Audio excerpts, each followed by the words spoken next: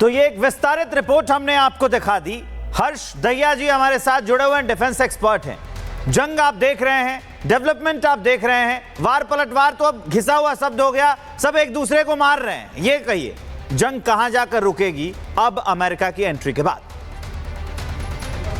जैसा कि हम शुरू से कह रहे थे कि अमेरिका की एंट्री तो इसमें होना लाजमी है, क्योंकि इजराइल कोई भी अटैक ईरान पे बिना अमेरिका के रजामंदी के नहीं कर सकता। अमेरिका की एंट्री होनी थी और ईरान का न्यूक्लियर जो पूरा प्रोग्राम है उसको ध्वस्त करने के लिए अमेरिकन वेपन्स का उपयोग होना ही आवश्यक था। उसके बिना, B-2 बॉम्बर्स के बिना और ये बंकर बस्टर बॉम्ब्स के बिना ईरान का न्यूक्लियर प्रोग्राम रोका नहीं जा सकता था। अब इसमें यह देखने वाली बात है कि भाई कितने हद तक वहां पे डैमेज हुआ है इन न्यूक्लियर फैसिलिटीज पे, क्या ईरान उसको आगे ले जा पाएगा। क्योंकि मेरे को अब ये ईरान का पूरा प्रोपेगेंडा लग रहा है जब वो कह रहे हैं कि भाई नहीं, हमारे न्यूक्लियर स्थानों पे इतना ज्यादा डैमेज नहीं हुआ है और हमने काफी सारे जो एसेंशियल इक्विपमेंट्स थे, कुछ एनरिच यूरेनियम था, वो बाहर निकाल लिया है। क्योंकि ऐसे में ये कहना कि भाई हमारे इक्विपमेंट सेफ हैं, आप एक तरीके से इजराइल और यूएस को कह रहे हैं कि आप और अटैक कीजिए, अभी तो मेरा न्यूक्लियर प्रोग्राम खत्म नहीं हुआ है, अभी हम इसको आगे बढ़ाएंगे। तो ये कहीं ना कहीं मेरे को प्रोपेगेंडा लगता है, क्योंकि अगर सही में कुछ बचा होता तो ईरान इस तरीके के बयान बात नहीं कर रहा होता। और दूसरी बात जो चर्चा हो रही है कि क्या ये वर्ल्ड वॉर के शक्ल में तब्दील होगा, उसके चांसेस मेरे को बहुत कम लगते हैं। आप ये देखिए ईरान के जो सबसे, हर्ष जी, मुझे जहां तक याद आता है कि ईरान की तरफ से ये कहा गया था कि अगर कोई भी देश इंटरप्ट करता है, बीच में आता है, तो हम उसे भी नहीं छोड़ेंगे। आपके पास मैं लौटूंगी, लेकिन बड़ी जानकारी देती हूं, जहां ईरान पर अमेरिकी हमले के बाद अलर्ट जारी किया गया है। नाटो मिडिल ईस्ट के हालात पर हमारी नजर है। ये नाटो की तरफ से भी बयान जारी किया गया है कि जिस तरीके से आज ये पूरा वाकया घटा है, अब नाटो का कहना है कि ईरान पर अमेरिकी हमलों के बाद अलर्ट हम जारी कर रहे हैं। अब हर्ष दहिया जी, इसी बात को मैं आगे बढ़ा रही हूं कि पहले भी ईरान ये कह चुका है और अमेरिका को उसने सीधे कहा भी था कि अगर आप बीच में आए तो हम आपको भी देख लेंगे। अब नाटो ने भी अलर्ट जारी कर दिया है, तो क्या ये समझा जाए कि ईरान अमेरिका की तरफ हमला कर सकता है? कुछ बेसिस पे डेफिनेटली हमला हो सकता है, लेकिन आप इसमें ये देखिए बहुत ही लिमिटेड कैपेबिलिटीज है अभी ईरान के पास। ईरान की अगर जंग से पहले शुरुआत की बात करें तो करीब 3000 बैलिस्टिक मिसाइलें उनके पास थी, और जो आंकड़ा कुछ दिन पहले आ रहा था, जो इजराइल की सीक्रेट सर्विस ने आंकड़ा दिया था कि करीब 1300 बैलिस्टिक मिसाइल्स अब ईरान के पास बची हैं। अब ईरान के पास जब इतना कम इक्विपमेंट बचा है, तो आप ये देखिए वो इजराइल से लड़ेगा या यूएस के बेसिस पे अटैक करेगा या फिर अब नेटो देशों से लड़ाई करेगा। क्योंकि कहीं ना कहीं अब आप ये देखिए बड़ी जानकारी आपको दे दें, ईरान के 2 फाइटर जेट्स को आईडीएफ ने तबाह किया है। देशफुल एयरपोर्ट पर फाइटर जेट्स को मार गिराया गया है। F-5 फाइटर जेट्स को आईडीएफ ने तबाह किया है। तेजपुर एयरपोर्ट पर F-5 फाइटर जेट्स को मार गिराया गया है। लगातार एक दूसरे पर हमले हो रहे हैं। पहले ईरान पर अमेरिका ने हमले किए, रात 2:30 बजे ये हमला किया गया, लेकिन ईरान के हमले इजराइल पर रुकने का नाम नहीं ले रहे हैं और न ही इजराइल की ओर से ईरान पर हमले थम रहे हैं। रिपोर्ट देखिए। तो लगातार हमलों की तस्वीरें भी सामने आ रही हैं। रात 2:30 बजे यूएस ने ईरान पर जो हमले किए उसमें न्यूक्लियर पावर प्लांट को नुकसान का दावा यूएस की ओर से किया गया है। यह कहा जा रहा है कि ईरान जो न्यूक्लियर पावर बनने की ओर तेजी से आगे बढ़ रहा था, कई कदम पीछे हो गया इस हमले से।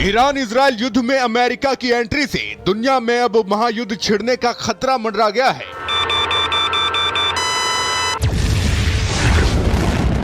यूएन से लेकर दुनिया भर के तमाम देश अमेरिकी सैन्य कार्रवाई के अब विश्व युद्ध में बदलने की आशंका से डरे हुए हैं। यूएन के महासचिव एंटोनियो गुटेरेस ने तो अमेरिकी कार्रवाई को लेकर गंभीर चेतावनी भी जारी कर दी है। गुटेरेस ने कहा है, मैं आज ईरान के खिलाफ अमेरिका के बल प्रयोग से बेहद चिंतित हूँ। ये पहले से ही तबाही के कगार पर खड़े क्षेत्र में खतरा बढ़ाने वाली है। इससे अंतर्राष्ट्रीय शांति और सुरक्षा को सीधा खतरा है। इस बात का खतरा बढ़ रहा है कि ये संघर्ष नियंत्रण से बाहर हो सकता है, जिससे नागरिकों और दुनिया को विनाशकारी परिणाम झेलने पड़ सकते हैं। यूएन महासचिव ने सदस्य देशों को अंतर्राष्ट्रीय कानून का हवाला देते हुए तनाव कम करने की अपील भी की है, लेकिन उनके इस अपील का कोई असर पड़ेगा इसे लेकर शक है, क्योंकि अब ईरान ने भी अमेरिका के हमले पर यूएन में सवाल उठाते हुए अब सीधे अमेरिका को बदला लेने की धमकी दे दी है।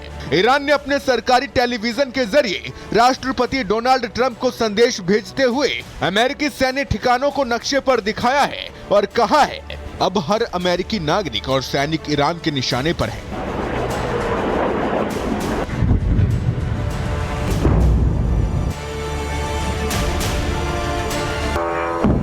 इतना ही नहीं, ईरान के परमाणु ऊर्जा संगठन AEOI ने भी अमेरिका को दो टूक संदेश देते हुए कह दिया है कि ईरान अपने परमाणु कार्यक्रम नहीं रोकने वाला, उसका परमाणु कार्यक्रम जारी रहेगा।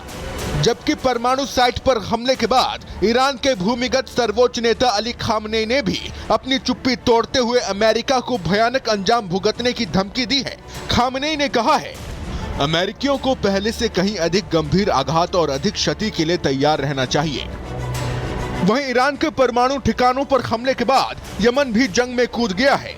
यमन ने लाल सागर से गुजरने वाले अमेरिकी कार्गो शिप और अमेरिकी युद्धपोतों को निशाना बनाने की धमकी दी है। हालांकि ईरान का दावा है कि अमेरिकी हमलों में उसके परमाणु ठिकानों को ज्यादा नुकसान नहीं हुआ, लेकिन तिलमिलाए ईरान के पलटवार की धमकी से अब अमेरिकियों की नींद भी उड़ी है। राष्ट्रपति ट्रंप के इस फैसले ने जहां अमेरिका में सियासी घमासान मचा दिया है, अमेरिकी संसद की स्पीकर नैन्सी पेलोसी ने जहां ट्रंप के फैसले पर सवाल खड़ा कर दिया है, तो वहीं ईरान के पलटवार की धमकी ने अमेरिकी नेताओं और नागरिकों को डरा भी दिया है। अमेरिकी डेमोक्रेट नेता नॉर्मा टोरेस ने लिखा है, डोनाल्ड ट्रंप ने एक विदेशी देश पर अवैध हमला किया, जिससे अमेरिकी सैनिकों, हमारे परिवारों और हमारे समुदायों की जान जोखिम में पड़ गई है। ट्रंप ने कांग्रेस और संविधान को दरकिनार कर दिया। अब अमेरिकी लोगों को उनकी लापरवाही की कीमत चुकानी पड़ेगी।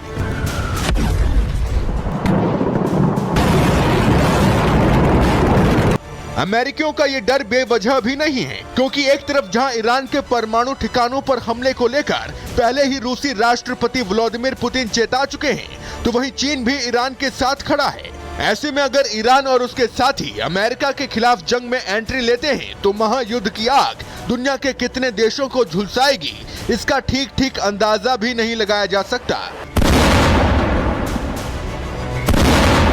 Bureau report, Republic Bharat.